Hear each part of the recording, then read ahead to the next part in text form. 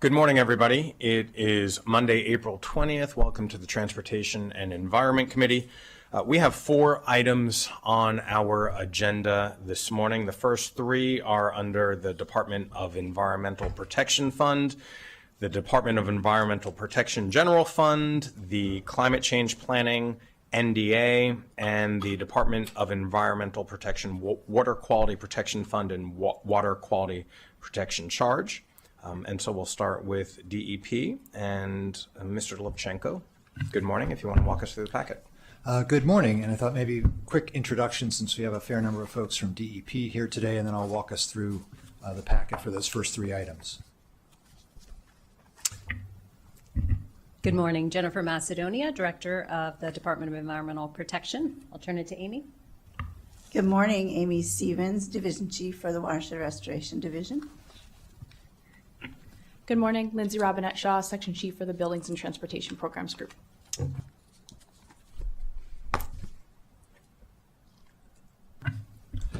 All right, so as you mentioned, the first 3 items today are the DEP General Fund, the Climate Change Planning Non-Departmental Account, which is also General Fund supported, and then the Water Quality Protection Fund, which is a self-supporting enterprise fund. First, we'll talk about the 2 DEP portions of the budget.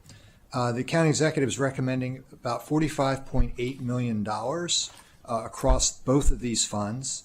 Overall, that is a decrease of about $3.5 million. We'll talk about all the puts and takes in a minute. And across both the funds. The Climate Change Planning NDA is recommended at the same budget level as in FY26, and we'll talk about that separately as well. First, we'll talk about the general fund side of the budget.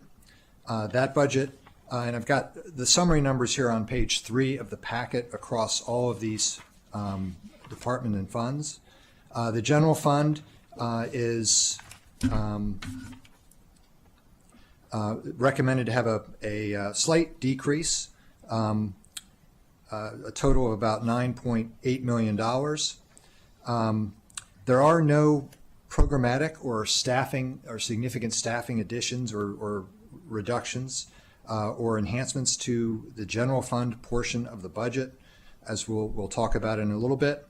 As you know, the Council President's instructions for how we're reviewing budgets this year is that adds and enhancements that are identified by the committees would be going to the reconciliation list for further discussion and debate going forward.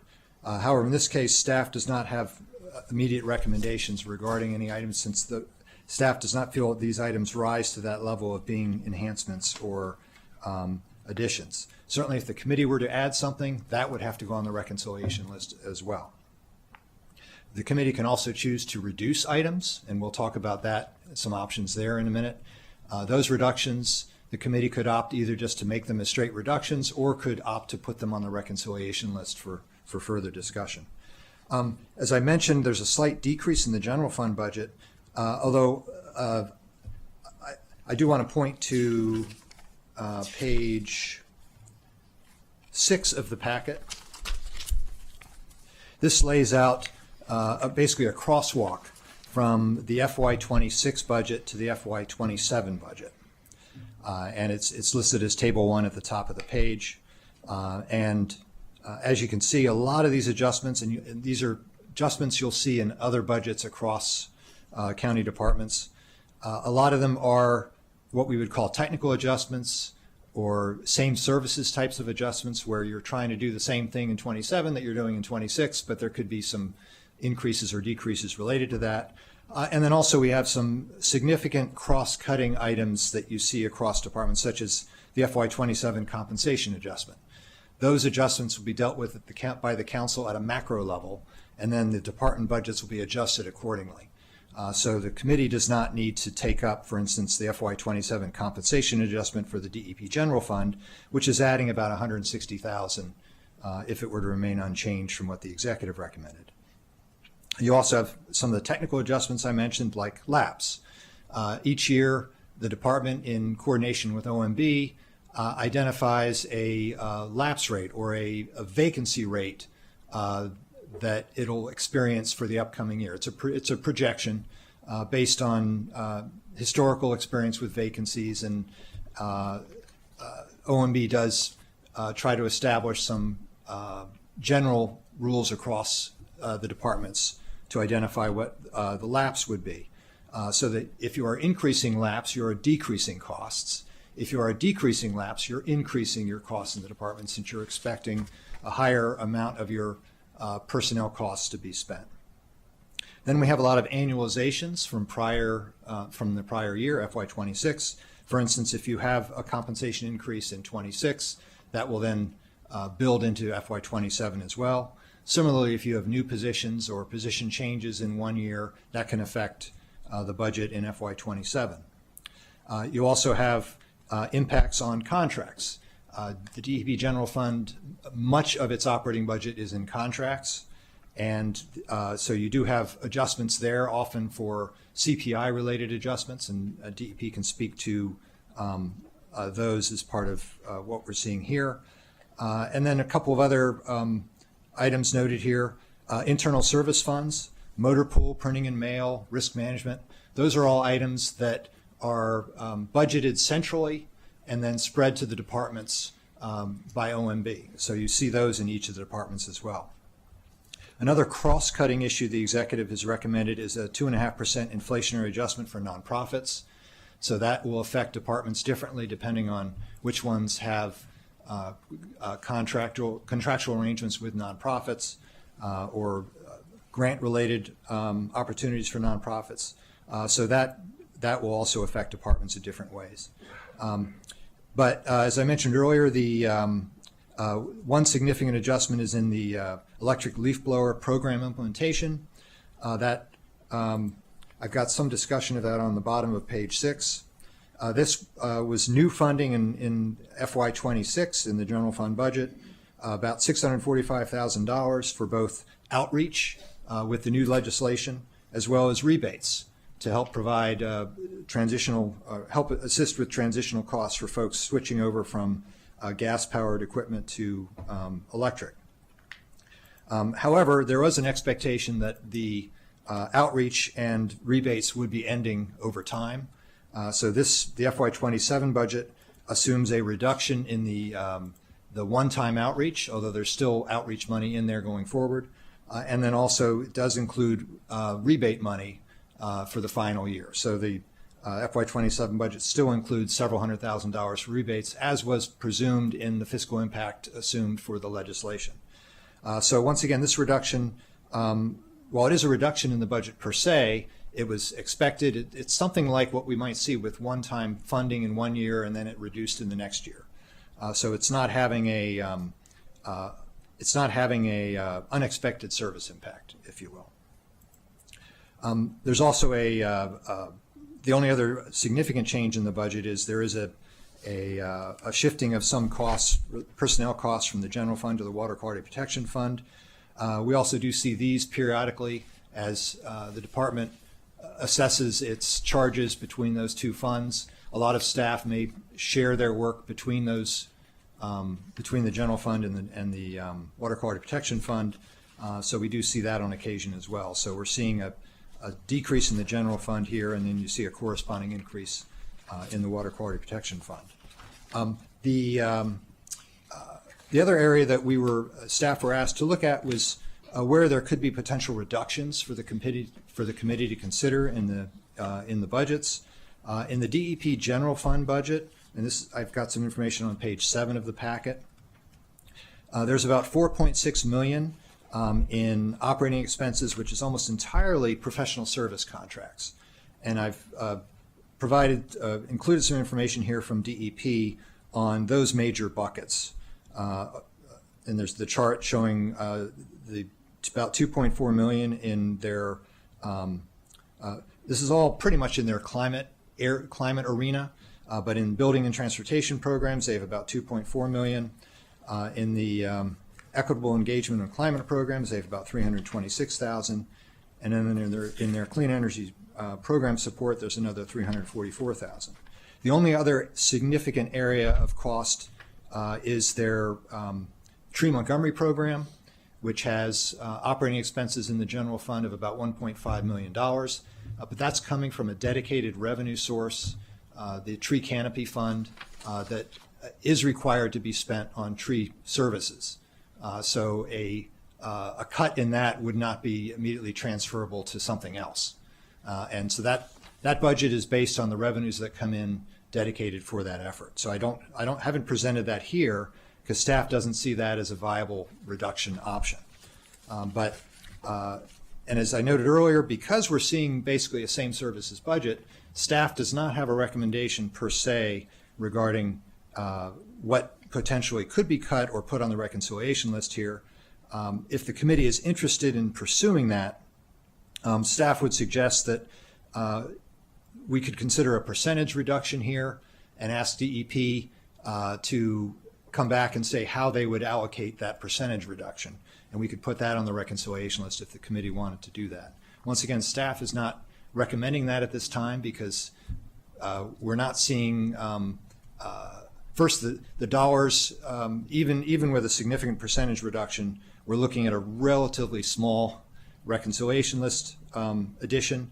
But also we're looking at basically a same services budget, so those would be cuts, not additions. Well, and I'll add to that, Mr. Lovchenko, that this department has not really received any noticeable increases over the last number of years as DEP has competed with other agencies and departments, despite the three of us being strongly in support of your work. A majority of our colleagues have not supported that, and so that's why we're in this situation, and I would strongly urge against that suggestion, Mr. Lovchenko, Right. noting it is just a suggestion. Understood. And I did, you stole my line. I was going to mention, in 26, we had several items that were put on the reconciliation list related to DEP, and they did not come off. So the budget last year was a bit lower than what the executive had recommended. This year, as you know, we're seeing, at least in the budgets we're looking at today, we're not seeing much in the way of, or really nothing new. We're seeing a continuation of existing work at a relatively modest level, given there were not increases the past couple of years, as you mentioned. Thank you for that overview, Mr. Lovchenko. Director Macedonia, welcome to you and your team. One of the questions I have off the bat is about the leaf blower program, and what is noted is a reduction of $280,000. Does that mean there is still funding available for that program? Thank you so much for that question. Thank you for the opportunity to present our FY27 operating budget, and appreciate Keith's remarks going forward. Yes, in fact, there is funding available. We're in the wind down of rollout for the leaf blower program, but we do have some funds available for both education and rebates in FY27. How much is that specifically? Yeah, the rebates for 27 would be $300,000. That'll be the final year of the rebates. And then there's about $65,000 in there for some sort of ongoing education outreach. The assumption is that the big bulk of the one-time money is spent to introduce the issue to the public, and that going forward there would be a modest level going forward, but not to the level of you had in FY26. So when that law was passed in 2023 and then took effect, I believe in 24 or 25, through the amendment process, lots of different moving parts, but nearly $1 million was allocated at the front end, and I think we continued that. And so to see it being drawn down is clearly moving in the right direction. But given the parameters that we're operating in, I wonder whether or not educational outreach is still needed. I think people who care about it, people who have lawns, people who work in lawns are aware of the program. And so can you share with us the reason for the $300,000 and the $65,000? Thank you for the opportunity. So we do receive a lot of input associated with the leaf blower ban. And in particular, I've been working closely with small businesses and small landscaping companies, for example, that are making the transition, and have found it is important to continue outreach in English and Spanish and multiple languages, and that the rebates have been very welcome by the small businesses that are affected by the ban. We are also still receiving quite a lot of noise complaints associated with gas blowers. So we believe that while there's been a tremendous amount of education and the county is in the midst of this transition, I'm already noticing it's a lot quieter this spring than previous springs, and I'm breathing a little clearer except for the pollen. But I do still think that there's more help for small businesses, and particularly as they transition. And I would just ask if there's anything to add to that. Yes, sure. Thank you. We are continuing with our outreach. We actually have several programs lined up. We just did a trade-in program just this spring, and we'll be targeting small businesses, small commercial businesses. So even though the outreach number is reduced here, we are still continuing with that targeting of the small businesses. We're still continuing to reach out to them. We have a lot of the material that we'll keep using that we've already created, and we'll keep this conversation going, and then working with our enforcement colleagues as well. So I don't think the outreach is going to decline as much. It's just we didn't need that initial funding to build the program. And then we're going to sustain it as we sustain the rebates through this fall and into the spring too. Thank you for sharing that, and I don't want this to occupy too much time, but I am looking at this budget trying to find cost savings, and so that's why I'm diving a little deeper in this. So what, Ms. Stevens, what you noted is that there's the trade-in program and the rebate program. Can you just put some numbers around that? How many people or how many trade-ins, and what is that swap? Are people bringing old gas-powered leaf blowers and we're giving them a rebate, or are we giving them new electric leaf blowers? So we did this just 2 weeks ago. Actually, it was for residential only, and they brought in a gas-powered leaf blower, and we gave them an electric leaf blower as a trade-in, and we partner with a local business to do that. I believe, let me see, there are around 300 people that did that program. It was for residential. We're also working with our commercial, but the commercial is going to be dedicated for the rebates, not the residential. We kind of made that switch this year so that we could put more funding into the commercial. So beginning in July, those rebates we're really going to push for the commercial and make that available to them. And if memory serves, when we started the rebate program, I think it was like $100 rebate at the beginning for residents, and it was higher for commercial, right? Yeah, it was $100 for residents, $1,500 for small businesses, and I think $1,100. Boy, my memory is not serving me well. For the larger businesses, over $250,000 in revenue. But yeah, we did target the small, and we continue to see the small businesses as the ones that were receiving the greatest number of rebates. Okay, thank you for that. Colleagues, yeah, Councilmember Stewart. Great, thank you. I don't have much to add except for thanks. And I appreciate and concur with the chair that this department is doing great work on not just the leaf blower program, but so many of our programs, the Bring Your Own Bag program and other things. And I know over the years, when we pass laws, we are concerned with education and outreach, and why I think this budget proposal is a good one to move forward, and I'm not seeing any other potential reductions at this time. So thank you. I appreciate that, and enumerating the other outreach activities and laws that DEP needs to administer. But I'll just add to it that after all of these different laws, whether it's the Bring Your Own Bag law and the leaf blower bill, there is a drawdown, and that does need to be reflected in this budget and in future budgets, and clearly that is reflected here, so that hopefully in future budgets, the law will be the law, it will be universally understood, and money can be used elsewhere. Councilmember Balcom.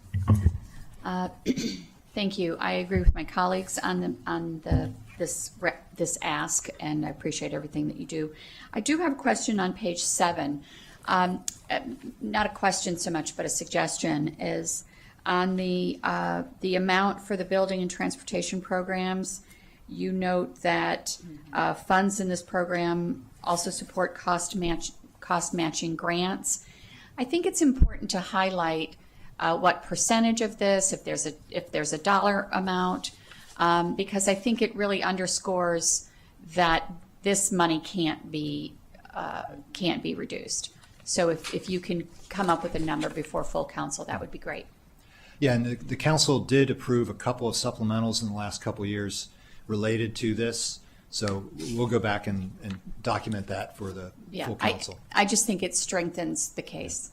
And certainly if cuts were made, you would not make them to areas that leverage the outside money like Correct, that. But yeah, point taken. Thanks. Very good. Anything else to add, Madam Director, on these items? Well, I just want to thank you for your support of these programs going forward. I know you all are certainly aware of the climate emergency declaration and the importance of these programs in working towards the county's goals for addressing climate change. And I know I appreciate Council Vice President Balcom that you mentioned the matching funds that we use to leverage grants that allow us to do additional programs. Also just want to highlight that many of our outreach programs, particularly residential energy programming, focus on energy efficiency, energy conservation, renewable energy, and help low-income eligible residents access energy assistance programs. And so many of these focus on affordability in addition to helping meet our climate goals. So we think that these are very beneficial, even understanding the challenges that residents are facing this year to support these programs. Thank you. Very good. Thank you. Mr. Olchenko. And before we leave that topic, we do have the climate change planning NDA as well. And we do have Ms. Kogel-Smoker here to speak to that. I mentioned that the dollar amount for the NDA is unchanged from FY26. Basically, the NDA is looking at interdepartmental broad initiatives, and the focus of those operating dollars that are in the NDA can change from year to year. But this year, the executive is recommending the same level of funding. Once again, as I mentioned with the DEP contracts, and similar to past experience, we had some experience in this NDA where some items went on the reconciliation list but were not funded in FY26 as well. So staff does not recommend a percentage cut, if you will, to their costs either. But that's if you were looking for resources for the reconciliation list, that's where they'd have to come from. But I thought it'd be helpful to hear some of the work done in FY26 with those operating dollars and where we see that money moving in FY27. Very good. Welcome, Ms. Kogel-Smoker. Thank you, Keith, and thank you, committee members, and thank you, Chair Glass. Sarah Kogel-Smoker, Climate Change Officer. As staff said, the Climate Change Planning NDA is a relatively modest but highly impactful fund to advance interdepartmental initiatives that don't fit easily in any one budget, things that center racial equity and social justice, and things that advance climate action plan action, so we can be laser focused on advancing the climate action plan, unlike the competing demands of departmental budgets.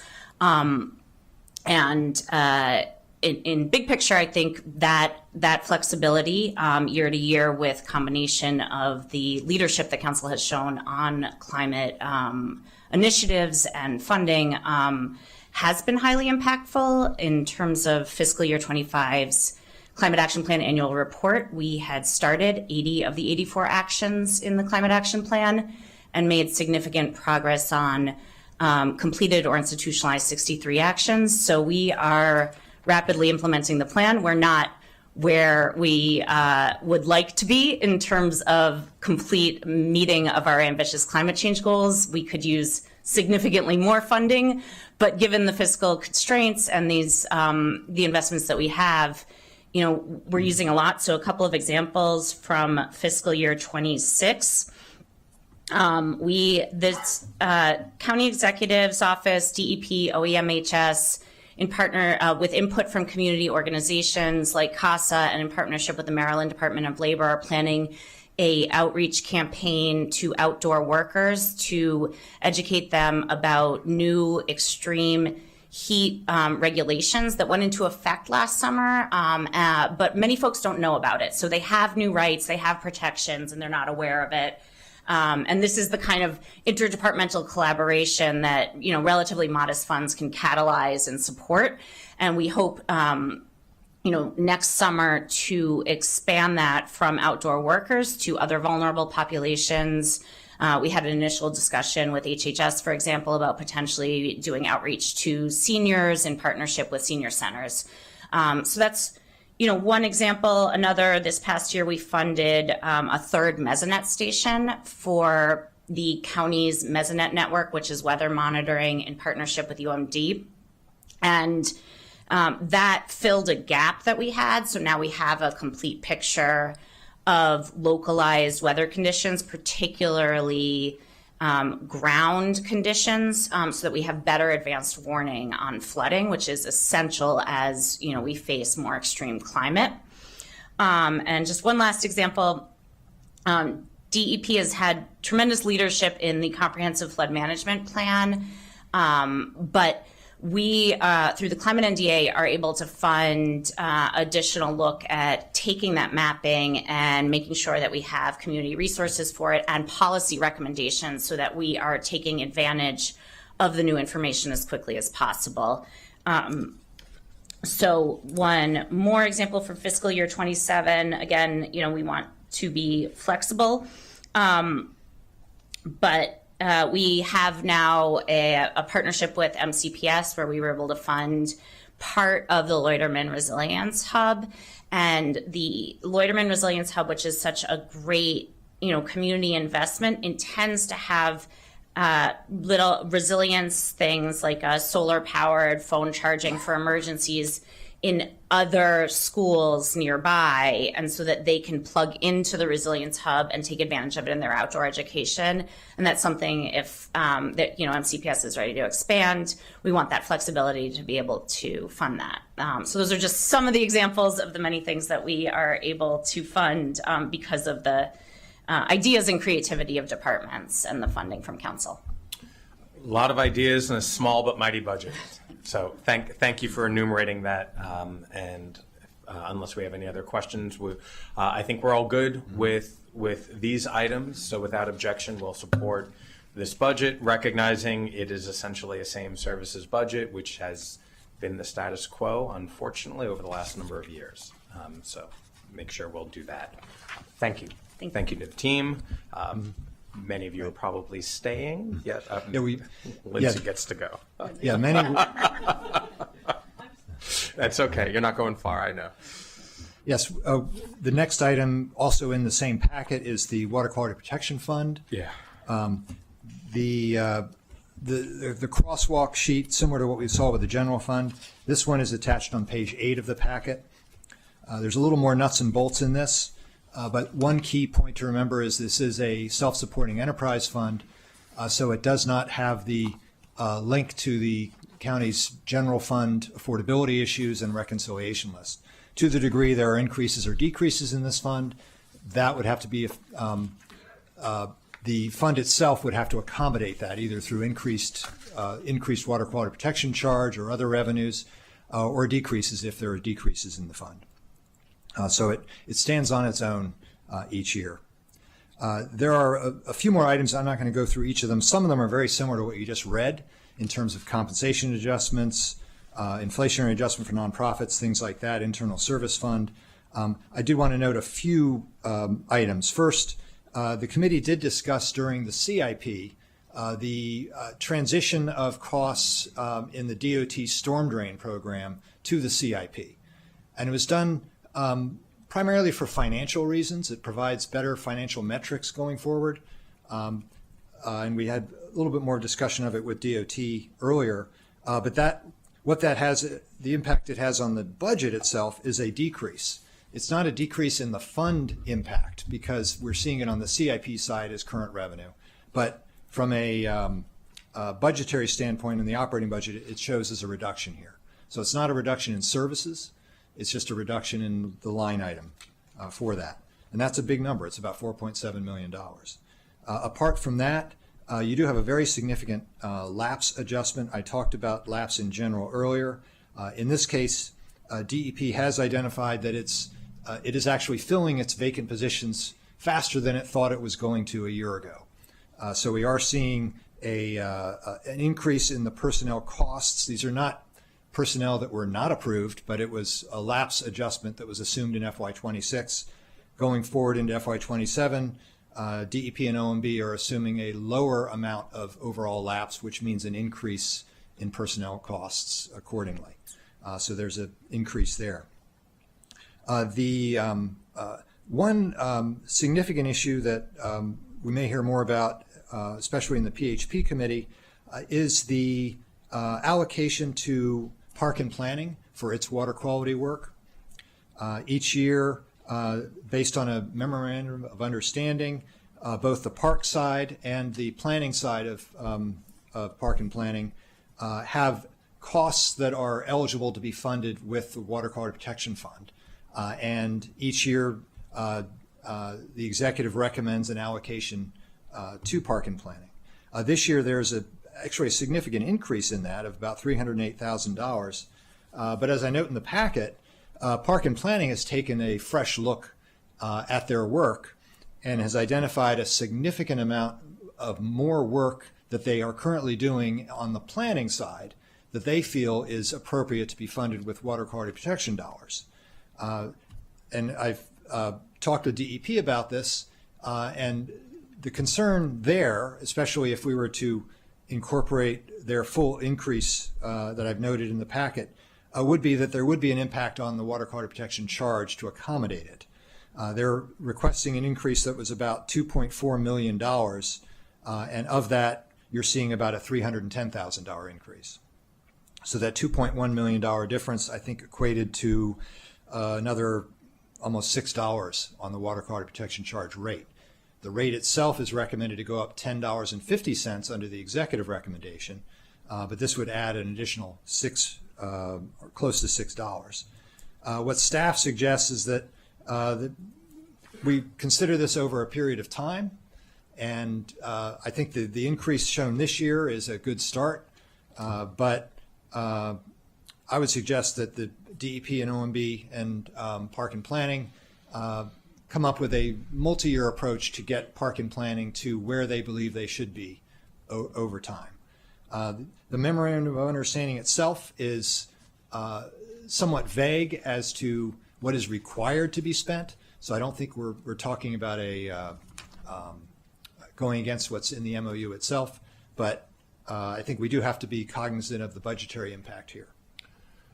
So staff's recommendation is to go with the executive increase, which is significant unto itself, and to ask them to come back with maybe a multi-year plan to get to where Park and Planning feels it needs to be. Sure. Thank you for that explanation. I have a few questions related to that partnership and that MOU. Just at the basic level, looking at the dollars, while Park and Planning asked for $2.4 million, the county executive's budget provides $308,000. Is that correct?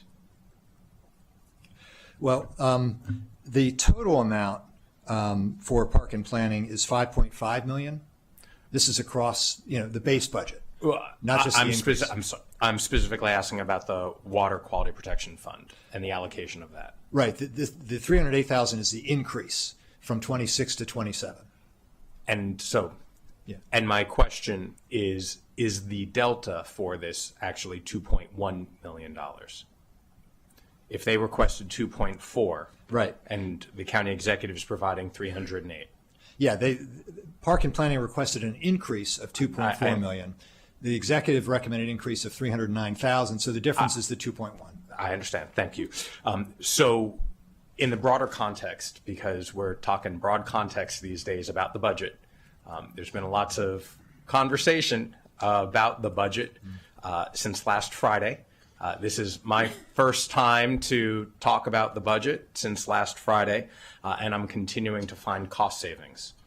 And I just want to level set here that when Park and Planning says that they were underfunded in the county executive's budget, as a broad statement, part of that underfunding is a $2.1 million underfunding from the Water Quality Protection Fund. Is that an accurate statement? Hi, Richard Harris, Office of Management and Budget.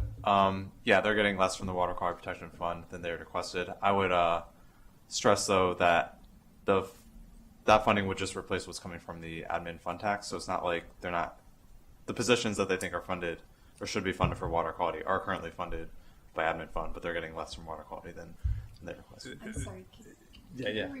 repeat that? Yeah, sorry. Slower. All 2.1 is a lot of money, right? So we Yeah. want to make sure we understand this. You're correct that they requested an increase of 2.4 million from water quality, and the county executive put in the budget a $308,000 increase.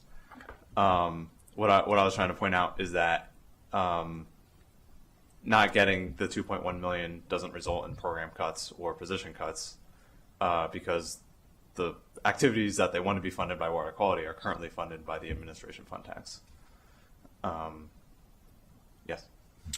And correct. I appreciate that. So very important level setting for us to take forward to our colleagues when we talk about all this in the broader picture. But Ms. Stevens, want to just ask you about this MOU and what is the nature of that relationship. And I'll go one step further and say, are there redundancies of effort? Are there duplication of staffing? How do we make sure that these constrained dollars do the work that we need without adding additional FTE to do that work? So the MOU is for both Montgomery Parks and Montgomery Planning.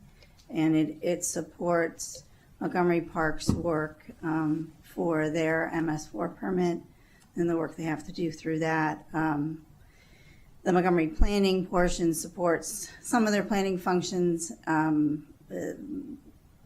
It's very broad, and the MOU doesn't really specify what the planning functions are. So in terms of duplication of work, I think we work very closely with Parks and Planning, and we are trying to find ways where we can collaborate in our work so that we're not doing the same things but working side by side on trying to improve the environment.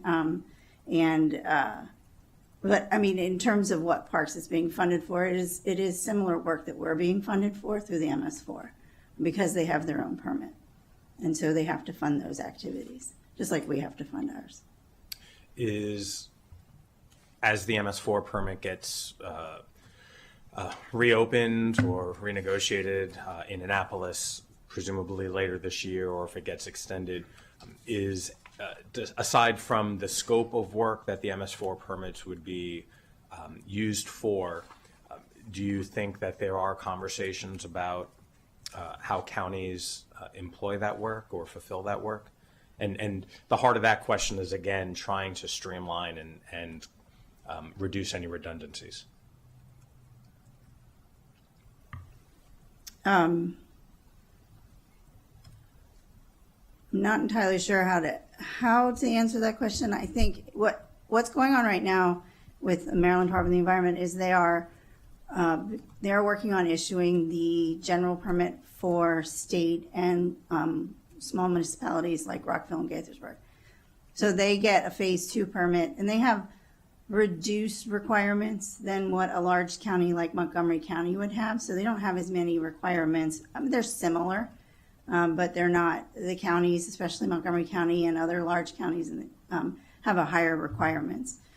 So the general permit for phase 2s is going to be coming out. It has the same basic elements of pollution prevention, inspection and maintenance, and outreach and education, monitoring, restoration. All those are the same elements that are in our permits, and what's happening at other jurisdictions like Gaithersburg, Rockville, and Parks is that they do the same level of work within their boundaries. We have agreements with Parks where we do inspection and maintenance of their BMPs, so they don't actually do them under that. We do them for them. They do restoration work for us towards our permit because they don't need as much restoration goals. We try to collaborate when we do pollution prevention, outfall screening. So there is some overlap. There always will be. These are two separate permits, and they have to fulfill their requirements just like we do. Could there be place for streamlining? Absolutely, because we're doing similar work. But I think we try very hard to work very closely with them. I appreciate the thoughtful response, and for folks who are very interested in the application of the MS4 permits, again, this committee has been working very closely with you and with DEP to do more upstream restoration, and the Maryland Department of the Environment, as they review these applications or review the scope of work for the next few years, this is the opportunity to get them to rethink how these permits are applied. And so for folks who want us to change some of this, now is the time to talk to leaders in Annapolis, or it might actually be Baltimore where the office is. So it is. And we can work together to make sure we get more upstream work that is done. So thank you. Councilmember Malcolm. Thank you. I just want to clarify the 2.4 million. So in the packet, it states that DEP doesn't disagree with that calculation. Is that correct?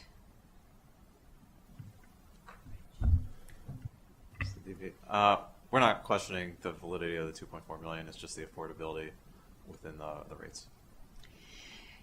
Thank you. I think that's really important in that, and I understand that we're in a difficult situation with having the increase in water quality charge already. But I guess what I still don't understand is what is not being done, or what would be done more if this $2.1 million delta is funded. What impact does that have on water quality? Well, as Rich mentioned, it is a budgetary action in that the funding for existing work would be coming from a different source. The 2.1 additional amount would be coming from the Water Quality Protection Fund instead of their administrative services tax. So it affects the park and planning budgeting, but their bottom line that they are requesting this for 27 would be unchanged. Now, what the council ultimately approves for park and planning is a separate discussion by the Planning, Housing, and Parks Committee. Mm-hmm. So they have to wrestle with that. But what Park and Planning is requesting is a different way to fund the work they're already doing. Right. So if the Water Quality Protection Fund went up, wouldn't the administrative fund fee go down? I haven't looked at their budget to see how they propose to use the funds within. That was a confusing way to say. I don't know if what they propose to do in their requested budget. I mean, all things being equal, yes, they would have more resources or more space within that other fund. But it's we'd have to follow up with our fellow staff on the park and planning budget to see what the impact would be. Okay, so I think that's an important question. If you're saying that there is no difference in service, it's just a matter of who's funding it, the understanding would be if the Water Quality Protection Fund did fund the 2.1, then the administrative fund wouldn't be, and that would free up capacity or lower that fund. So we need to have the answer to that question. And I know that we're half of this discussion with PHP being the other half, but I need to have a better understanding of that. All right, we'll get that information back to the committee. Thank you. Thank you for drilling down on what we're trying to get answered here. Yeah, Councilmember Stewart. Great. Before you move on, I'm sorry, could I just make one follow-up point to that question? So in terms of parks and planning budget, I just want to say everything that was discussed, right? The funds are already there. They just want to take it out of a different bucket. But I will say in terms of the impact on DEP's budget, if those funds for park and planning were to come out of the Water Quality Protection Fund, it would dramatically reduce DEP's ability to do our water quality programming unless the water quality protection charge was increased significantly. So I just wanted to know and that was the assumption that I was making with the corresponding decrease in the administrative fund. That you would would remain whole. There would be a shift in funding, but DEP would remain whole, and park and planning would have that funding. If everything's already being funded, this is a math problem. It's a question of where to fund it. Yeah. And then of course, the park and planning budget as a whole has to go through its own review. Yeah. So I can't speak to what increases or cuts may occur there apart from this discussion. Great. Thank you. Great. I just wanted to piggyback on that, just so for folks who are listening, and I know this falls in the PHP committee, but we've been talking about the water quality protection, and we passed that on the fee. We increased that. Could we just clarify for folks who are following along the administrative services tax for park and planning, and how is that funded, and does that get passed along to residents? So I think this is important so people understand what is the impact on our residents. Rich, I don't know if you know. I'll try. Okay. Park and planning has a couple of different fund sources. There's a tax that goes to the park fund. There's a tax that goes to the administration fund, which is the one we're talking about here. It's a property and an income tax rates that appear on the tax bill. I don't know if that exactly answers what you're... I think it does, and I think what would be helpful to follow along with Council Vice President Balcom's points is to have maybe a table or so that shows here's this money that we want, and the 2.4, 2.10, or whatever we want to use, and where it could come from and what the impact is to our residents and where they're going to feel it. Because if it is, no pun intended, a wash for residents and it's just moving something from one column to another, then I think we have probably as a council less concerns.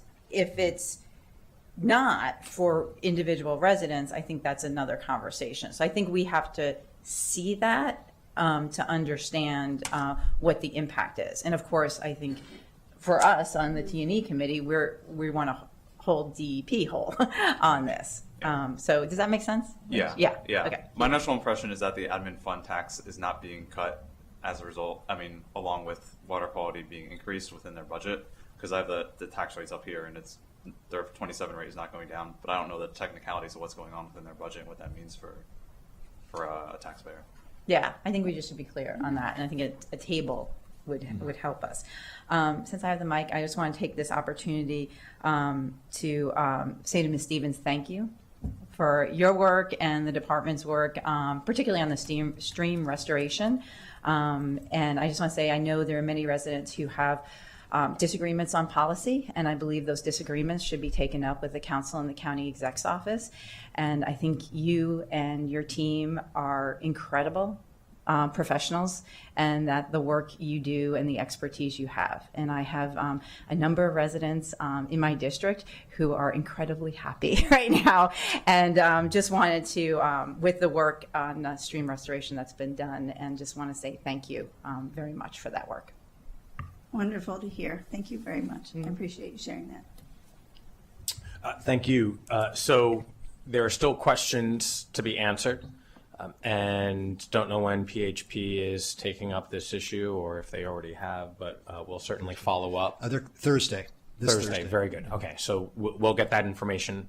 We'll make sure to vet it out and ask our colleagues to dive deeper, and we can circle back with more information. Yeah, and for purposes to today, I mean, we do have the water quality protection charge before you. It sounds like you'd like to take a pause on that until you get this information back. And we can try to, well, I guess. Well, I'm okay with what's being presented here. I think as I'm hearing, the question is, what is that $2.1 million delta due to either due to park and planning and their work, whether it is a reduction of service or whether it means that future work that they intend to do just doesn't get done. So for the committee today, are you then supportive of the $10.50 increase recommended by the executive, at least preliminarily? We certainly, if when you get the additional information, if the committee is interested in increasing the park and planning allocation, we can run the numbers in terms of what that would mean for a higher increase in the charge. And the committee could take that up in the next couple of weeks if it wants. I think that's what I was asking for. Sorry if I wasn't clear in this chart. Yeah. Because I need to see numbers of what the impact is on residents, and if that is counterbalanced with changes in other places in the budget, that's one thing. If it's not, or if it's not a one-for-one swap out, I think that's a conversation we have to have. Right now, we don't know what the actual impact is on our residents. So that's part of the table I'd like to see. I agree. And also from the perspective of if, for instance, Mr. Levchenko, you started the conversation by saying that perhaps this is a longer conversation about phasing this in over time. I would still expect that the administrative fund tax has a corresponding change. And so we just, it's a little bit more complicated than just saying yes to the 10.5. So let's put a pin on this. All right, so we'll assume we'll get back to the committee on the park and planning allocation, and then the resulting charge that the committee is supportive of for the water quality protection fund. Repeat that last part you said. We'll get back to you with the information on the allocation and the impacts on park and planning and in the fund here. For now, we're not assuming a recommendation on the water quality protection charge itself. We'll bring that back to the committee Correct. in the next couple weeks. Very good. Yes, thank you. Just wanted to make sure the record. Yeah. Thank you. To be continued with more information. So that's it for the first three items.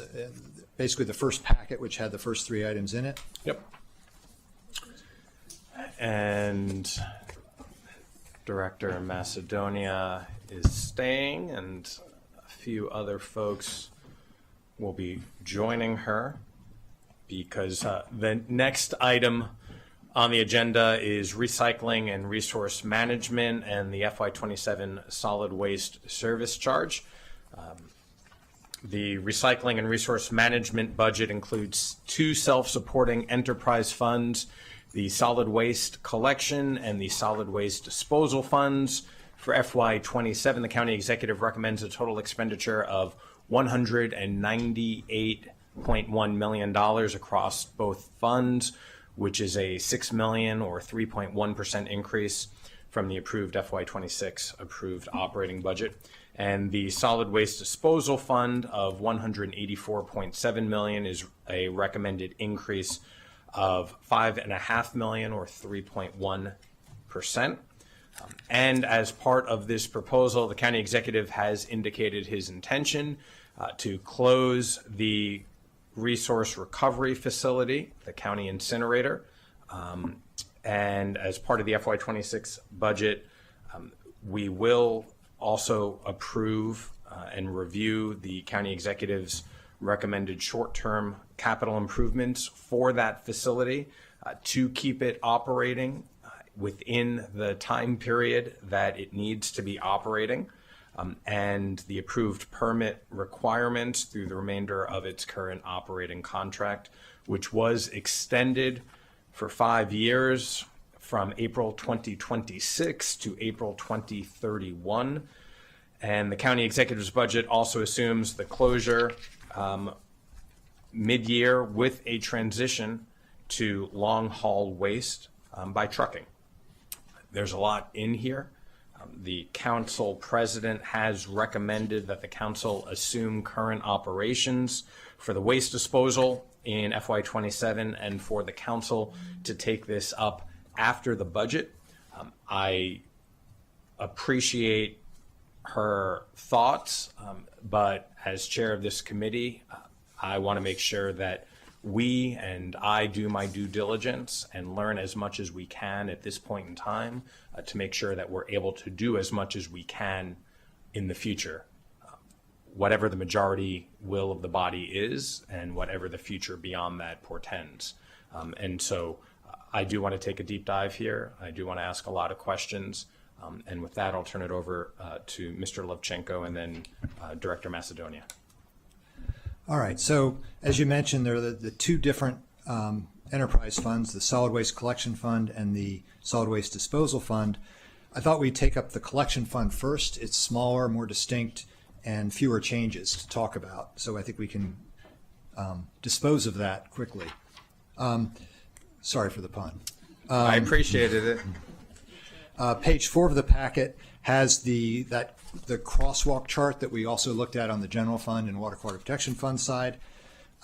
This looks very familiar to past years where we're not seeing a lot of significant changes. The one significant change you have is in the collection contracts. That's the major expense in the collection fund is the solid waste refuse collection contracts in Subdistrict A, which is contracted by the county.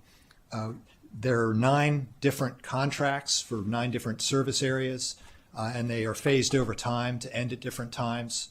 You also have impacts in terms of house counts, CPI adjustments, and other adjustments that affect this each year. So it's not unusual for us to see changes in the contract costs from year to year. And this year we have about a $418,000 estimated increase in the contracts for FY27. Other than that, all the other costs are technical adjustments. So staff is comfortable with the changes recommended in the collection fund. The fiscal plan for the collection fund is healthy based on the charges that we'll talk about in a little bit. So staff is comfortable with the collection fund budget as recommended by the executive. As am I, and Councilmember Bowden. Just one question. I just want to confirm that the new proposal to shut down the incinerator doesn't have any impact on collection. I mean, obviously it's a huge change that it's going to affect solid waste in multiple ways. From a budgetary standpoint, we're not seeing the FY27 numbers impacted. I can't say over time that there couldn't be significant changes if there's changes in the contracts over time. If the transfer station is impacted, ultimately there could be. But for FY27, we're not seeing the changes that we're talking about on the disposal fund side. Okay, thank you. Good question. Okay, so without objection, we will accept the County Executive Solid Waste Collection Fund proposal. Oh, and I did want to rewind just briefly. Mr. Harris just mentioned to me that in the prior budget item, there was also a CIP adjustment that the executive had recommended in mid-March. I don't know if you saw it in the packet.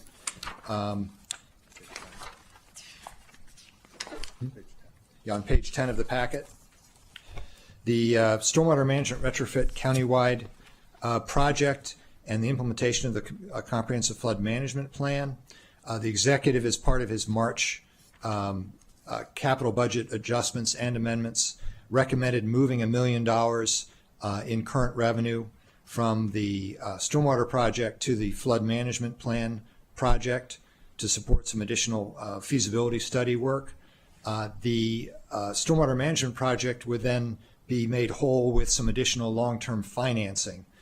So the the stormwater project would remain basically unchanged with a difference in its funding, and the flood management plan would get the additional money needed for the feasibility studies. Staff was comfortable with that adjustment, but I just had neglected to bring it up when we were talking about the water quality protection fund. Thank you, Mr. Harris. I think we're okay with that. All right, thanks. Getting back to the committee was okay with the collection fund, so we're moving into the disposal fund. And the significant changes in the disposal fund are listed on page 5 of the packet. And the first several items relate to the changes that would occur from FY26 to FY27 under the executive recommendation to move from the use of the RF for the full year to moving to a 6 months of RF use and then a 6-month long haul. So it presumes the closure of the RF after 6 months in FY27. So you have a number of items that have to be added and removed. Most significantly, you would have the long haul contract costs for half the year. That's the first big number at the top, the 43.9 million. You do have some corresponding reductions related to the closure of the RF, including the end of the long haul of county ash, which would conclude when you close the incinerator.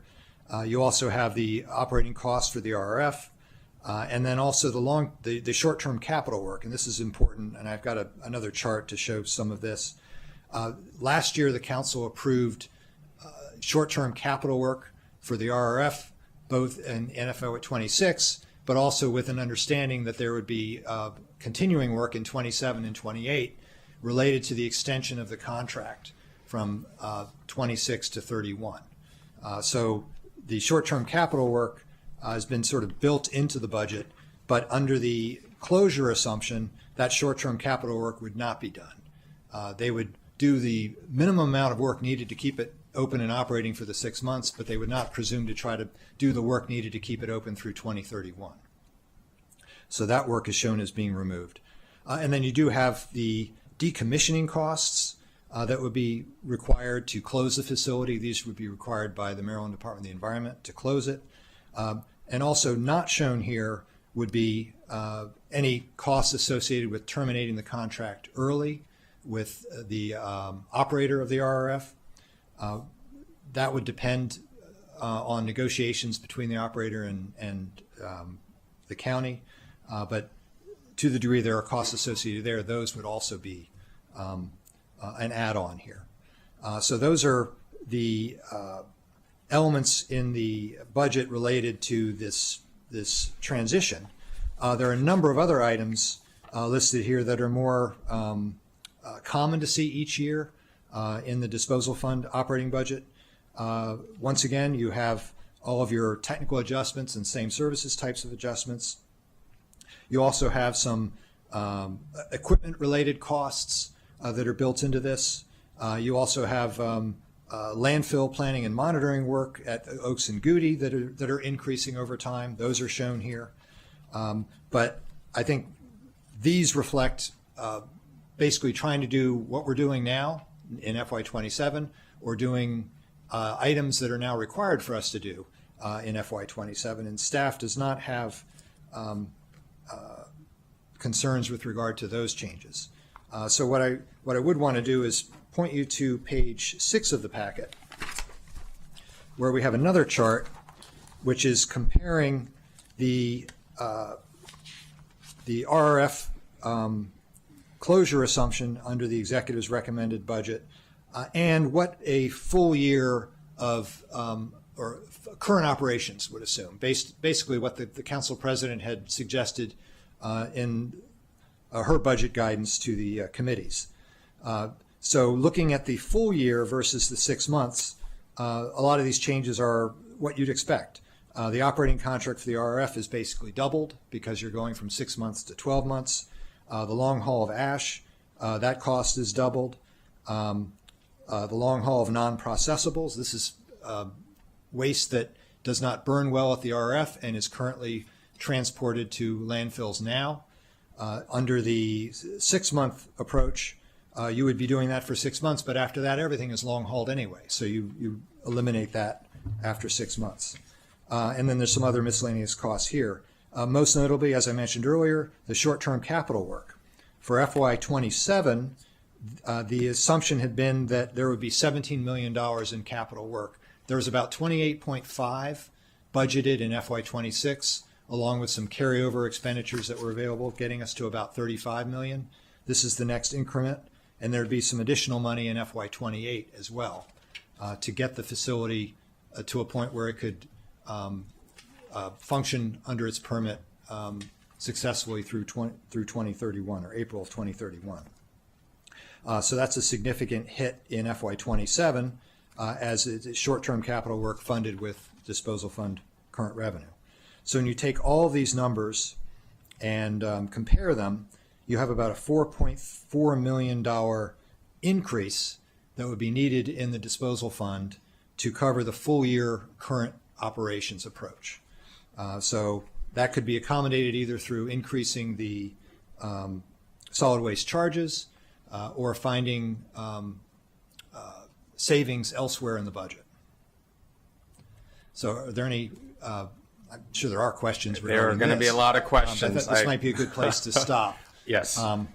But the other thing I did want to mention, unlike some other charges the county has, similar to the water quality protection charge, the solid waste charges appear on the tax bill.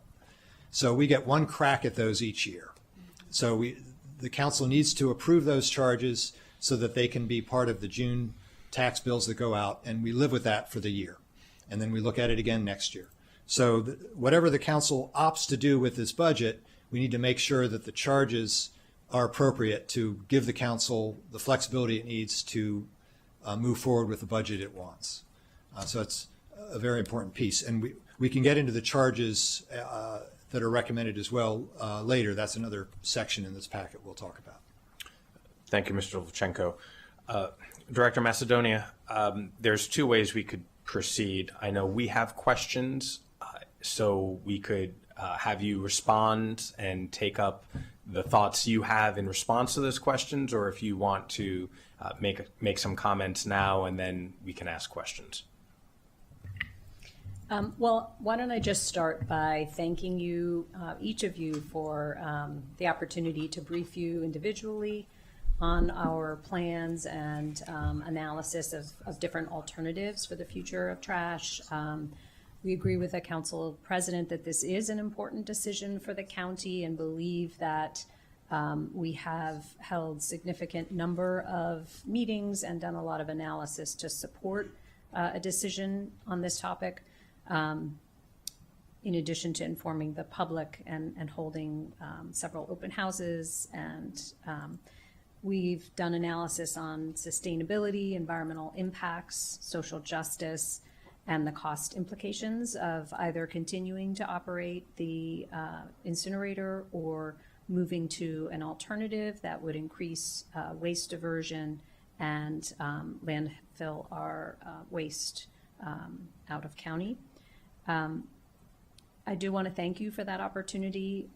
I nonetheless understand it is a big decision, and I would hope to have the opportunity to brief the full council as soon as possible. And as you know, that's a request that I've made to the council president several times. So appreciate the opportunity to discuss this today and look forward to answering your questions. Thank you for that. So on the onset, I'll say that I personally am committed to closing the incinerator and the nearly 600,000 tons of waste that is burned there, and that commitment has only been fortified by the reports that have come out over the last few months, showing that dioxins and furans were emitted into the air, into the environment, and that we have had to do everything we can to make sure that that facility is safe, and even more important, that our residents are safe.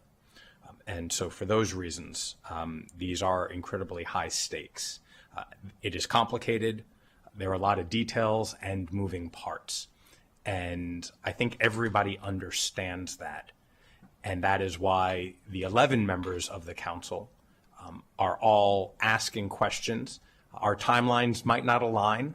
Our goals might not align, but we are engaged, especially this committee, especially the council member who represents the district, right?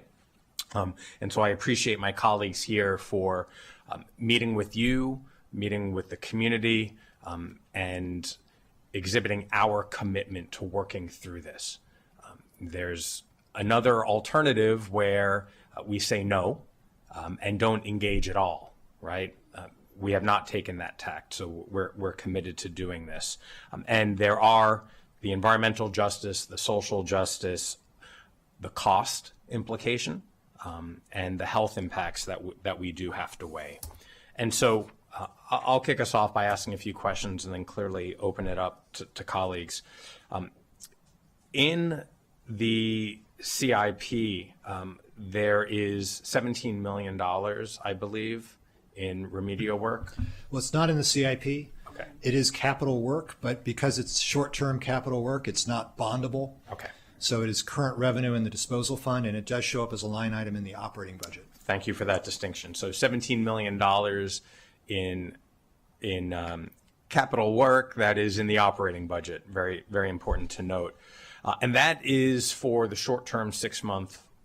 And explain how that changes or how additional funds are needed depending on what decisions are made.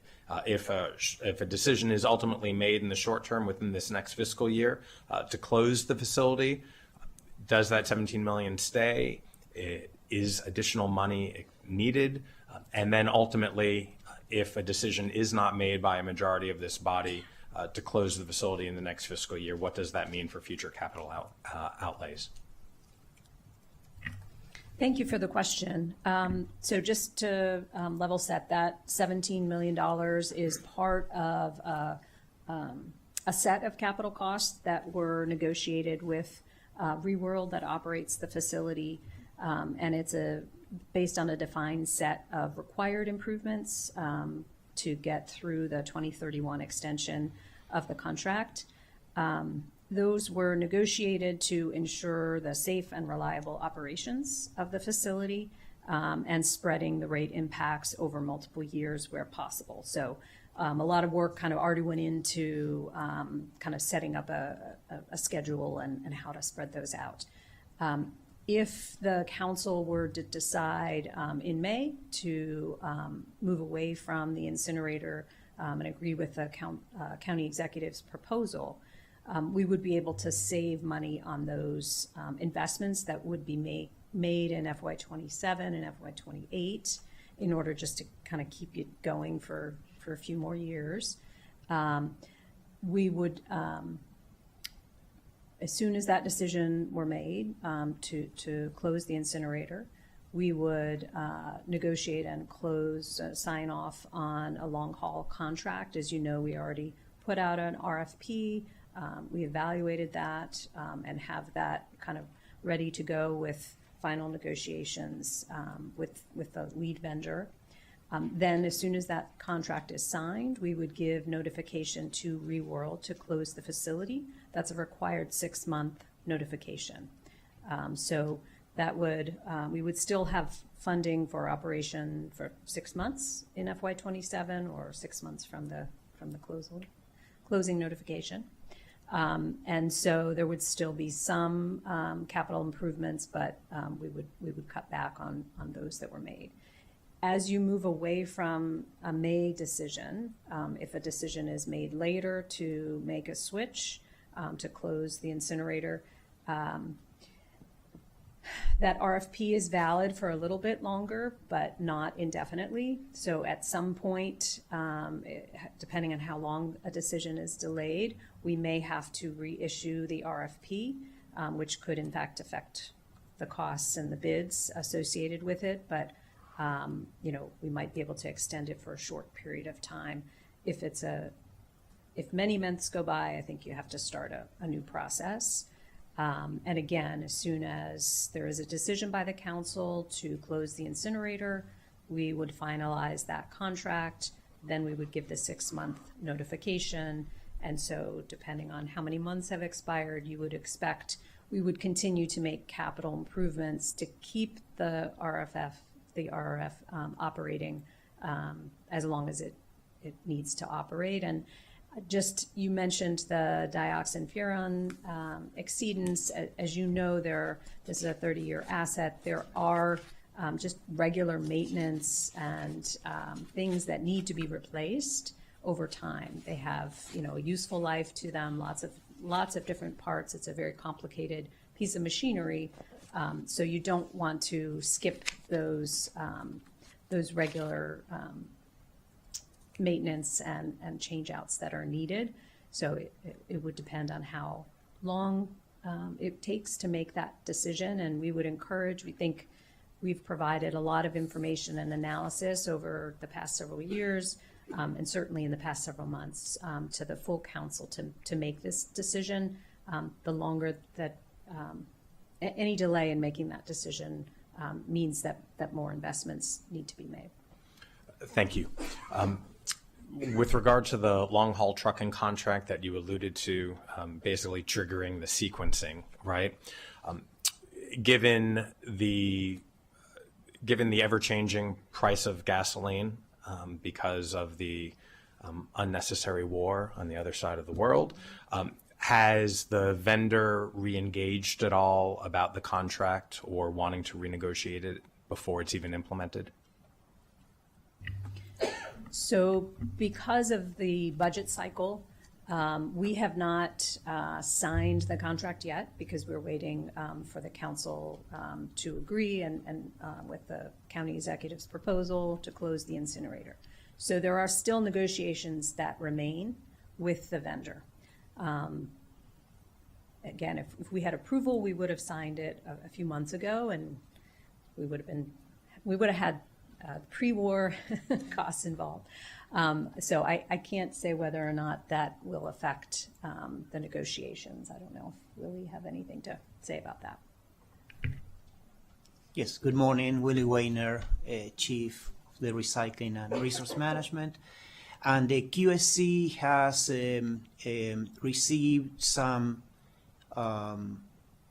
received a document from the potential vendor that will be the one that was recommended by the QSC to adjust gas prices based on a formula with a base price and whether it goes under that price. The county will benefit from that. If it goes over that price, the county will have to pay more. These are stipulations that are very similar to the ones that we currently have with the collection companies, where they set up a baseline price for diesel, and any variations have an impact on those contracts. But definitely, when this RFP was put on the street, the average price for diesel was in the $3.50. And now is up to $6. So yes, it will have an impact.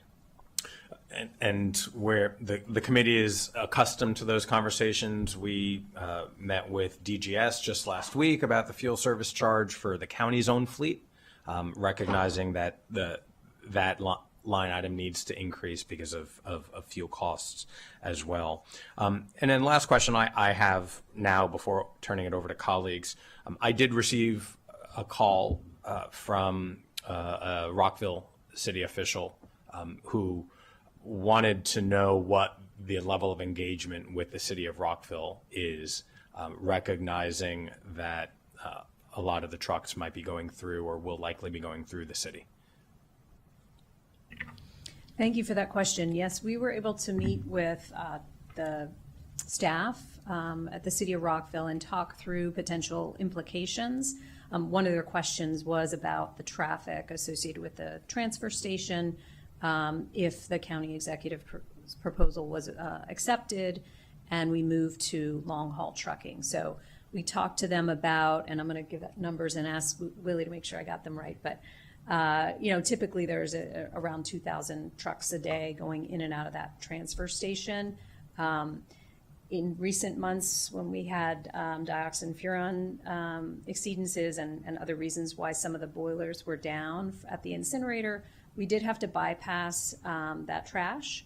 So there were some increased trucks going through. So there were times when all 3 units were down, and we were not able to send them to the incinerator. Instead, they were going to a landfill. So what I mentioned is, if you didn't notice the difference, you're probably not going to notice it because you've already had some time.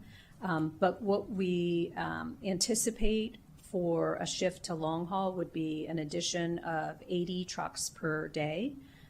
These would be transitioned and spread out from like 3 a.m. to 3 p.m. We also mentioned that at the same time, we are making a change related to acceptance of construction and demolition debris at the transfer station to encourage those to private facilities where they can be recycled. And that will actually reduce about 40 trucks a day. So the net increase, if you average that out, is basically 40 trucks per day on top of the 2,000 or so. And I'll just ask Willie, did those numbers line up? Okay. Very good. Thank you for that information. I'll turn it over to colleagues. Councilor Buckham, you want to go? Thank you. Thank you for bearing with us during all these discussions. I first want to thank the director for looking at the communication process for these dioxin leaks. I think it's just really important to communicate directly with the community, and so I appreciate your commitment to doing that in the future. Hopefully, we don't have to do it in the future, right? So a series of questions. So what closure date? I'm assuming you're looking at the January 1st closing date for this. Is that what you're considering? If the decision were made during this budget process? The end of the year, December 31st. Okay. And then, so if the decision wasn't made until September, and the decision was made to close, then this would postpone it to March, roughly. If you're looking at a 6-month lead, is that what you're looking at? So it would be a bit longer than that, because we would have to likely reissue the RFP for long haul, because it will have expired. The bids would have expired by September. So we might be able to extend those bids. If it were just a month, I think it expires in August. So maybe we might be able to extend it 1 month or 2 months, I guess, to get through September. The longer you get away from that, the more challenging. And again, just to note that while we've started those negotiations, we haven't, there needs to be a little time once the council decides to make sure we can finalize the negotiation on long haul and the terms and agreements. So that may take a little time, and then as soon as that's signed, we can give notification and start the 6-month clock.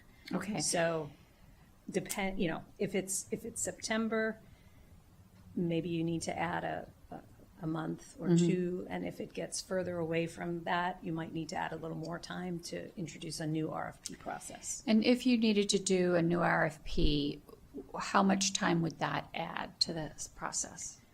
So I think, a typical process takes a lot more time. We would hope that because we've already gone through this process, that we could put out the same RFP and have less of a period of time for responses, because, people would have already seen it, and if we could get people to submit, kind of the same or similar proposals.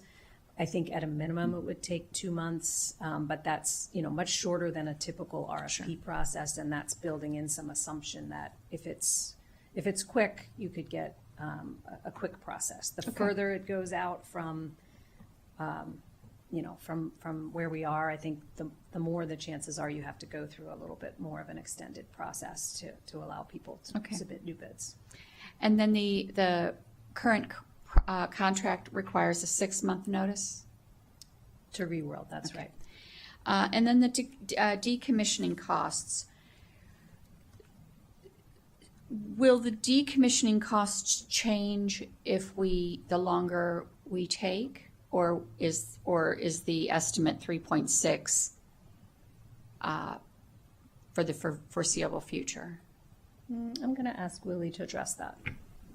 No, we our estimate and our legal estimate too from OCA is that 3.6 million will be in effect no matter when we're closing the incinerator, because it takes cleaning the pit, all the trash that's been accumulated there, probably over 10,000 tons. That when you close, those tons will still remain in there and need to be transported and disposed of. Okay, thank you. And the cost. Sorry, just to add on to that, I'm sorry to interrupt. The total decommissioning cost is estimated to be 7.2 million. The cost in the budget is spread, as shown to you, is spread between fiscal 27 and 28. So 3.6 million in 27, and then another 3.6 in 28. Thank you. So depending on, so for instance, if this was a 3-month delay, this number would be shorter, would be smaller in 27 and larger in 28. With the way we're estimating costs, that's how. Okay, great. Yeah. And what did you say it was, 7.8? 7.2. Got it. Just half and half. Okay. The cost to keep it running. So just want to clarify, in the budget, it's 17 million for 2027. Is that correct? For the short-term capital Yeah. work? Yeah, that's the number the executive has in his recommended budget. Or, no, I'm sorry, that's not the number he has in his recommended budget. That's the number that was assumed when the start of the short-term capital work began in 26.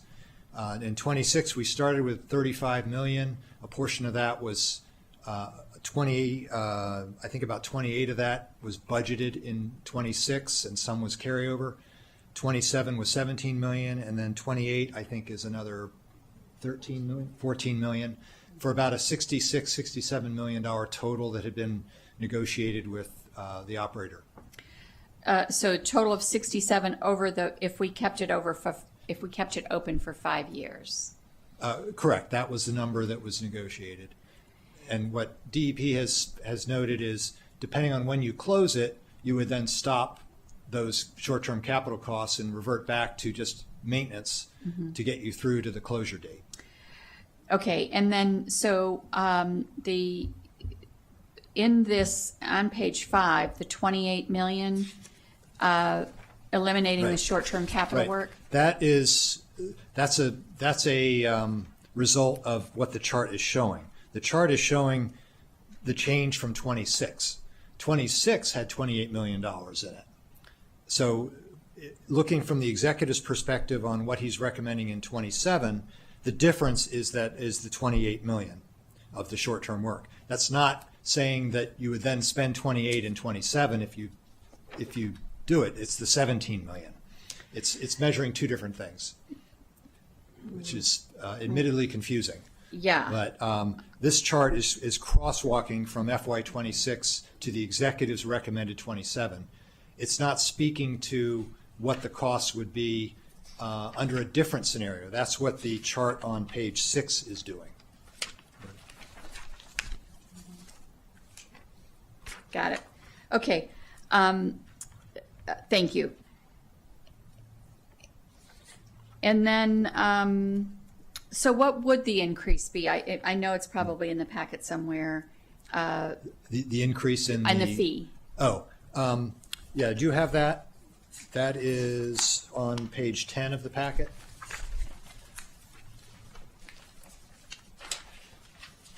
And this assumes none of the other numbers that we just looked at change in any way.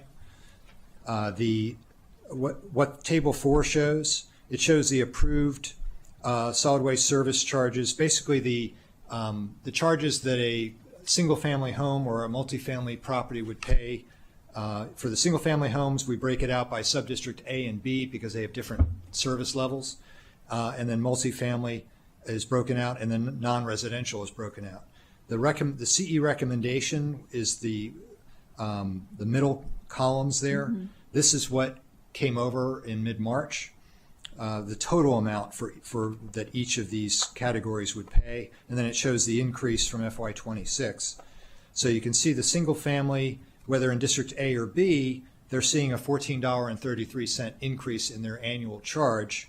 It varies, their base is a little bit different because they're getting different services, but the increase, the dollar increase is the same. Under current operations, you have an increase on top of that of about $6.51 for the single-family properties in subdistrict A and B. And then for the multifamily, it would be another $3.06. And then the non-residential, which is a different formula, that would be a $71.54 rate increase. So it walks you from the 26 base level, what people are paying now, the 27 as recommended by the executive, and then what the current operations would look like. And what this assumes is the chart we were just looking at on page 6, assuming there's no changes in that. And certainly, things can change. Staff continues to work with DEP on these numbers. Mm-hmm. There could be other adjustments, but assuming everything in the packet remained unchanged, that's what the executive had identified as the increase needed for current operations. So if we, so the CE recommended closure on December 31st. But this is, what is the tax year? The tax year is July 1? Yes. Yeah. Right. And as I said, you put it on the tax bill once, and then that's what you get for the year. Right. And then you revisit it next year. So you want to make sure that whatever charges you have are sufficient to cover what the costs are in the fund, or what they could be. So the increase is 6 months of the change? It assumes the current operations, which would be full year operation of the RRF. Right. That's what's assumed in the chart on page 6. But the CE recommendation is 6 months. Yeah, CE recommendation is 6 months RRF, 6 months long haul. Okay. Okay. Thank you. I think that's it for now. Thank you. Councilmember Stewart. Thank you to the Council Vice President for her questions. I first just want to say thank you to Director Macedonia and Deputy Director Seltzer and everyone for your work on this. As we've been talking about, this has been many years of conversations here in our county. There are a great deal of complexities when we think about our waste management system and how we are going to proceed. And Director Macedonia, I know you weren't with us last year.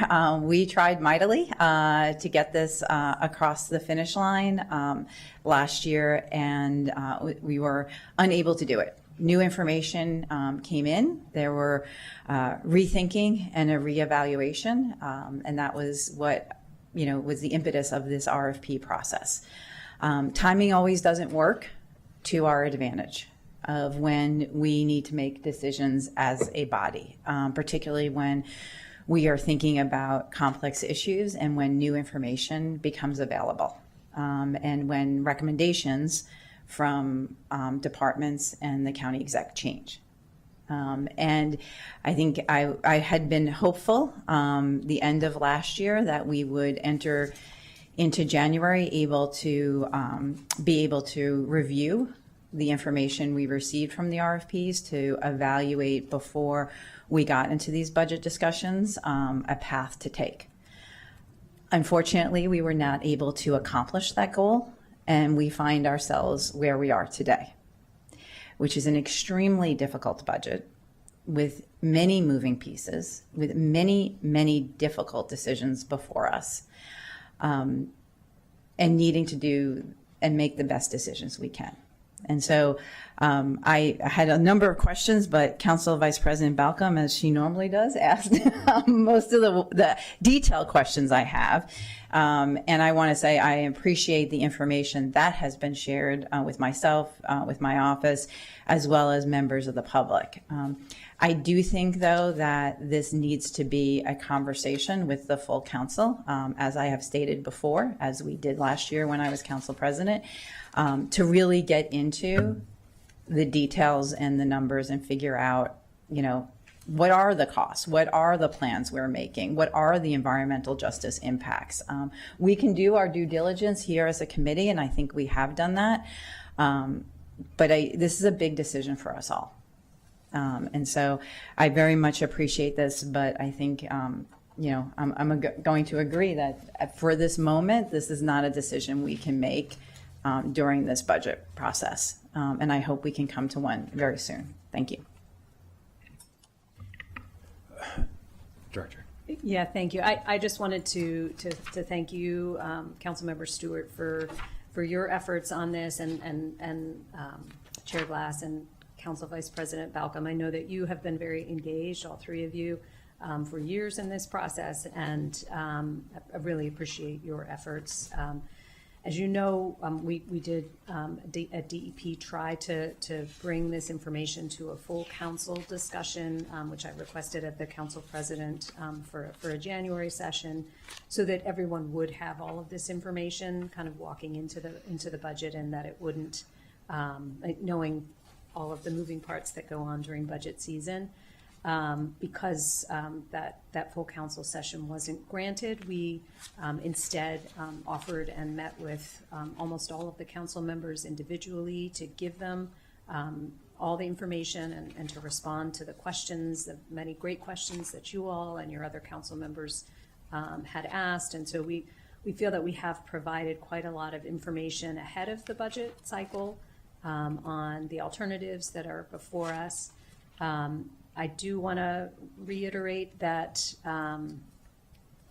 choosing a path that's different than the county executive's proposal will add $4.4 million in FY27 funding in order to keep our incinerator operating. So while I understand that this is a big decision and that it does require the full council, I know that the full council is looking very hard for money to save, and I just want to flag that 4.4 million is in addition to what was put in the budget. So it's just something to flag that would come out of the solid waste disposal fee. But thank you very much, and I know that this is an important decision. I know I imagine there will be many additional discussions to come, and I hope that a decision is made so that we can move forward one way or the other, because delay really only seems to add to costs and take away options for us. So I think I appreciate your time devoted to this topic. Appreciate those comments for sure. Mr. Levchenko, there are a number of other fees in this section. Do you want to just quickly go through them? Yeah, sure. As we know, part of the committee and council's ultimate decision is the full array of solid waste service charges. We've talked about the system benefit charge and the incremental systems benefit charge. There is a chart on circle page 18 of the packet, which lays out all of the charges, and the summary that we talked about earlier is also in here, but this sort of lays it out in more detail. But what I did want to emphasize, since we haven't talked about it, are some of the changes in the tipping fees at the transfer station that the executive is recommending. There's no change in the drop-off of refuse less than 500 pounds. So for a typical resident that has some trash in their car they want to drop off, that would be free still. However, refuse in open-top containers, which is typically construction and demolition debris. DEP is, or the county executive is recommending an increase in that again. It increased last year, and it would increase again under this, from $93 to $105. As you heard earlier, the intent there is to phase out the receipt of construction and demolition debris at the transfer station and encourage folks to go other places with it, preferably to places that can successfully recycle the material. And that has some benefits to it, both in terms of relieving pressure on the transfer station, but also providing a better outcome for that waste in the end. So the increase in the tipping fee provides an incentive for folks to look elsewhere for disposing it. There's also a increase in the concrete and dirt rubble material from $70 to $75, but that's it. All the other tipping fees or lack of tipping fees are remaining the same under the executive's recommendation from 26 to 27. And then, as I mentioned, the charges go up as to cover the executive's recommended disposal fund budget. We talked about that. And to the degree the committee is supportive of the council president's approach of assuming current operations for now, that would add an incremental amount above that to cover the $4.4 million that Ms. Macedonia mentioned. So the solid waste service charges are approved by resolution approximately at the same time as you do the budget. Then it appears in the tax bill. And so it is critical that we set the charges at a level that accommodates the assumptions in the budget. Thank you for all of that. Without any other comment, Councilmember Bowden. Just one comment. I just want to be clear that of course I agree that we should close the incinerator, but I also agree that this is a full council decision to make. And I said that last year when we talked about this decision, and I was also, I think we, the committee, and I was clear that the fees are going to go up regardless. We are changing our solid waste structure, and and residents need to understand that and be prepared for that.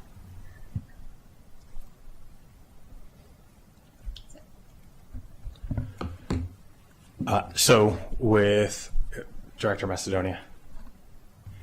Thank you. I was hoping I could make just a quick closing remark, Sure. if possible.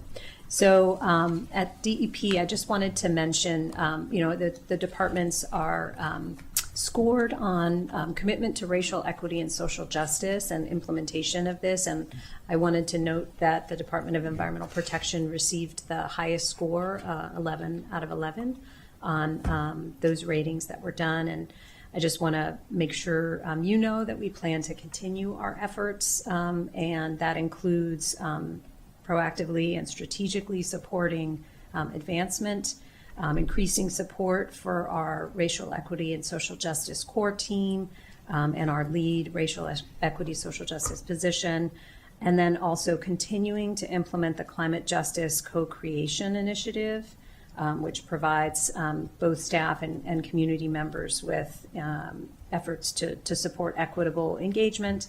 And we intend to continue to implement a racial equity, social justice, organizational culture, recruitment, and retention study. And so I just wanted to thank all the members of DEP that have taken this to heart and work towards this each day. Thank you.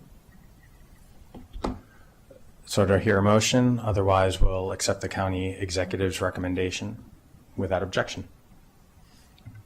Okay. Just to confirm, so the recommendations on the expenditure side, just to walk through. Solid Waste Collection Fund, no changes from what the executive recommended. Were recommended by staff, and committee is comfortable with the collection fund. On the disposal fund side, what I think I heard was that the committee is supportive of or recommends assuming the current operations approach for now. Is that right? It wasn't.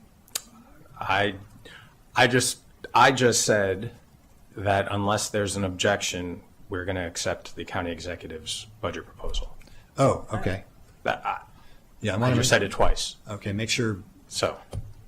So, I'm sorry, I missed that then. Because I thought the missed it as direction well. I thought we were. I missed it as well. So, Mr. If someone Lozano and if I- someone wants to make a motion, they can make a motion. I haven't heard a motion. All right, so what's on the So table the then? recommendation What's is on the to table is close the executive's incinerator and recommendation. accept the county executive's. That's what's on the table. There's not been a motion made otherwise. I object. I'm sorry. That was not what I thought I was coming into this committee meeting with. I believed that we had had conversations. The council president laid out what she said, and I do not believe that this was done in full faith here. So no, I don't agree with that. Councilmember, I don't understand the comment. We just went through a work session, which we all know. No, that's fine. We can disagree on No, this. no, no, That's- I'm that's explaining fine. myself. I'm explaining this process. We just went through a work session where we asked questions. I asked my questions. I said very upfrontly what my goal is. You shared your goal. Councilmember Balcom shared her goal. There are 3 of us on this body. The council president shared her goal. There are 11 members of this council, and 4 people have publicly now shared their goal. It's okay to disagree. As chair of this committee and as someone who has been committed to this, I still have questions, and yet I know that this committee session is one of many steps in the process, just like every committee work session. It still has to go to full council. It still needs a majority support. The council president, ultimately, she does control the agenda. You and I have been council president. We understand the functionality of that position. This is by no means the end of the discussion, and I don't think anyone is under that illusion. But I think it is okay for the 3 of us to have a difference of opinion. That's fine. Object. So I feel like there's no good answer, right, to this proposal. I feel strongly that, yes, I want to close the incinerator. However, the discussion that we're having now is a discussion that I have always said needs to be a full council discussion. And in fact, we could have had this discussion in T&E all along. Could have had in January. Prior to the budget. And my understanding was, as the chair, you didn't want to have the discussion as T&E because you said that it was a full council decision. The discussion was not had at T&E because colleagues wanted a full discussion, and they made that point very clear. And if anyone goes through the work that this committee has done, we have had an incredibly busy workload. And there have been requests that have been made to have other hearings that we have not had time for. The request for full council hearing has come from other council members, not those on this not those on this committee. So I will also say last year, the chair of this committee refused to hold a committee session, and why I did it at full council. We have not, as a committee, over the last 2 years, had a fulsome conversation about this. And the chair has said that he did not want to hold that. No, last year you did say that to me. And so it is why I held as council president a public hearing after requesting this at committee, and then had a full council session. It had been the plan, and we had hoped, working with DEP, that they would put out the RFP and either this committee or the full council would take it up in January. Both you and the council president declined that request, and we are here now. We can disagree, and we do disagree, but I think it is important to understand what the requests were. I still don't believe that we have had a full conversation. Well, the information's available. I appreciate that. I'm not saying we don't have the information. I don't believe as a body we've had the time to have that full conversation. So we can disagree, No, no, and that's fine, and I think we can just take the vote and move on to full council. So everything that has been said merits truth in the fact that this committee has had a very overworked schedule. The facts speak for themselves. That a majority of this body has wanted a full council conversation. And I'm going to go back to the process here. This is a committee session. We all know, the public knows, that what the three of us decide could be changed by the full council. And the reason we have not had a committee work session is, one, because our schedule has been jam-packed, and two, any decision that would be made here, there are 8 members who would want to weigh in, which is why when you were council president, it went to full council, because this entire conversation would have to be had yet again.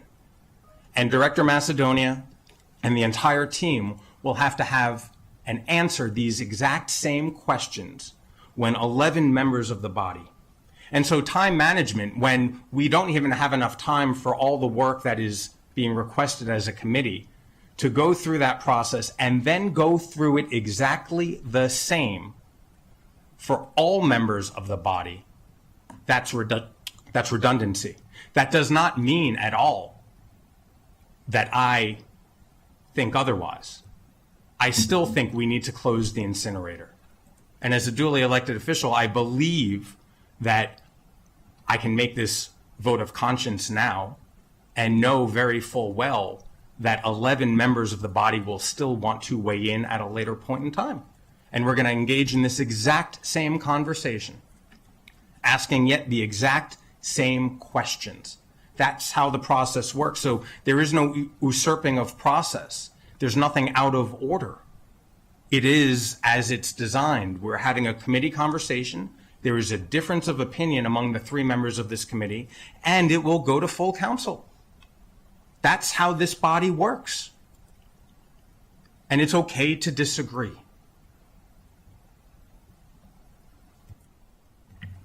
Is there a motion? Yes, I'd like to make a motion that we not give a committee recommendation on this item. Is there a second? Okay, all those in favor? All those opposed?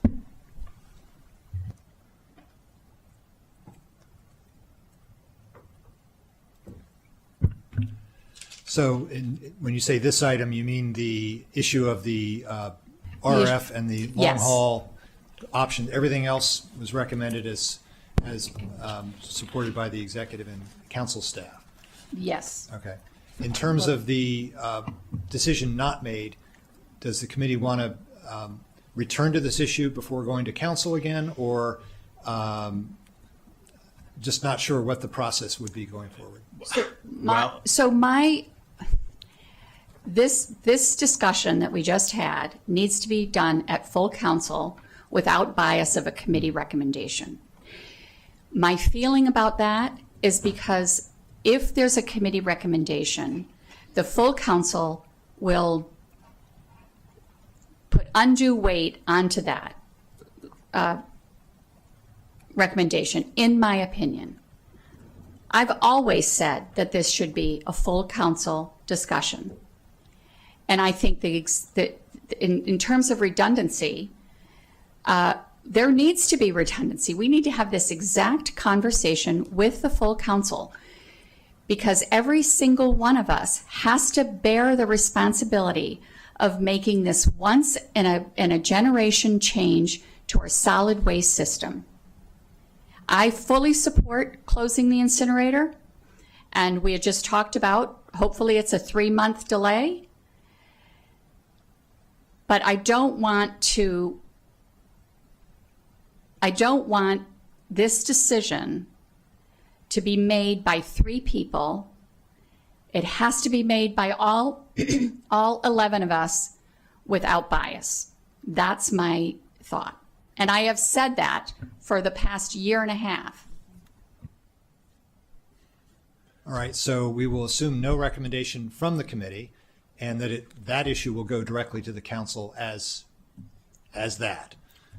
And everything else will go as we discussed. Okay, so we will not assume to schedule additional committee time for this unless some other issue comes up from what Unless you've there's requested. additional committee time found, but no, we're going through the budget process. This was a decision point in the budget process. The committee made a split decision. I respect the decision. It is a conversation that is going to be coming before the full council at a time determined by the council president. That's the process. We knew that all along. I'm making my opinion clear, as I have been, as is my right. Anything else, Mr. Levchenko? No, that's it for today. Okay. Committee adjourned. Thank you.